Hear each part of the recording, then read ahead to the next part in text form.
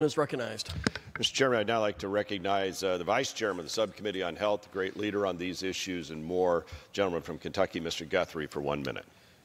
Gentleman from Kentucky is recognized. Thank you, Mr. Speaker, and I thank the gentleman for yielding, and I rise in support of the Patients and Communities Act. Kentucky has been one of the hardest hit by our nation's opioid crisis, and I've heard from many Kentuckians across the 2nd District about the devastating effects the opioid crisis is having in the Commonwealth. Parents have lost children to opioid use disorder. Employers are having a hard time finding employees, and the opioid crisis has taken a terrible toll on our communities. Last Congress, I was proud to work with my colleagues as we crafted the Comprehensive Addiction Recovery Act.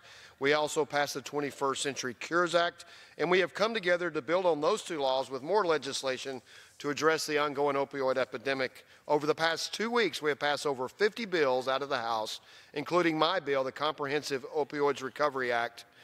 Today, we vote on the support for the Patients and Communities Act, the culmination of our work over the past year to combat the opioid crisis. I urge my colleagues to support this important bill that will help all Americans affected by this awful epidemic. I urge its support, and I